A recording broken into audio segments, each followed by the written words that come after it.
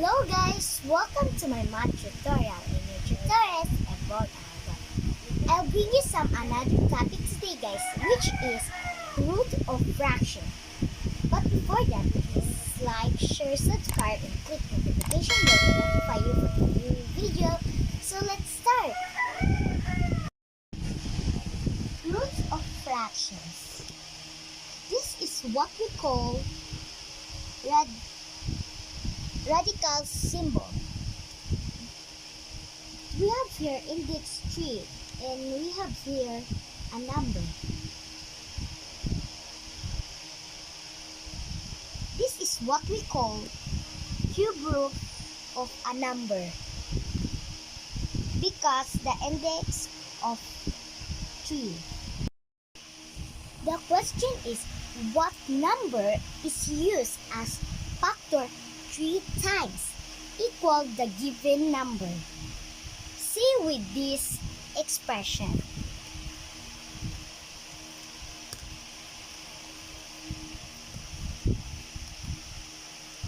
Cube root 1/8.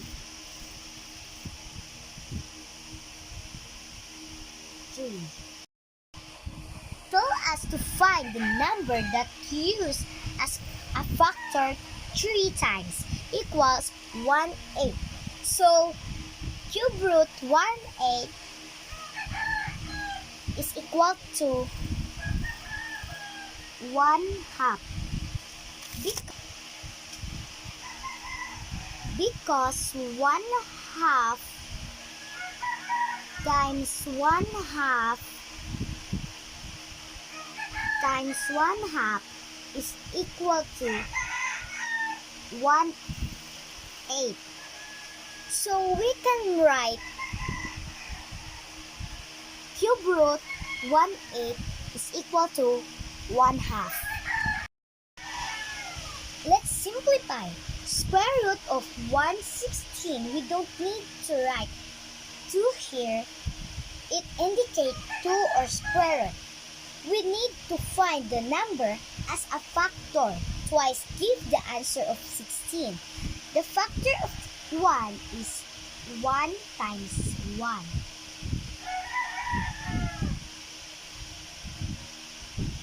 The factor of 16 is 4.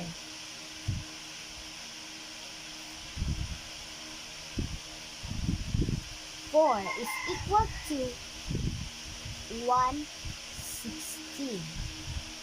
The answer is not 1/4 times 1/4. The answer is just 1/4.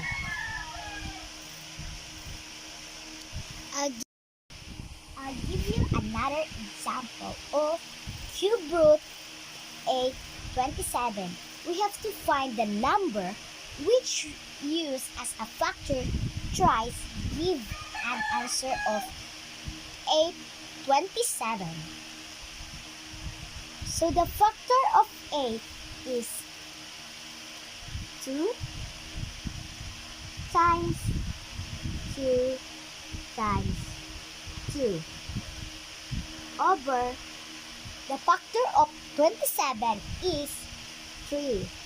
So over 27. 3. So let's multiply. 2 times 2 is equal to 4. 4 times 2 is equal to 8.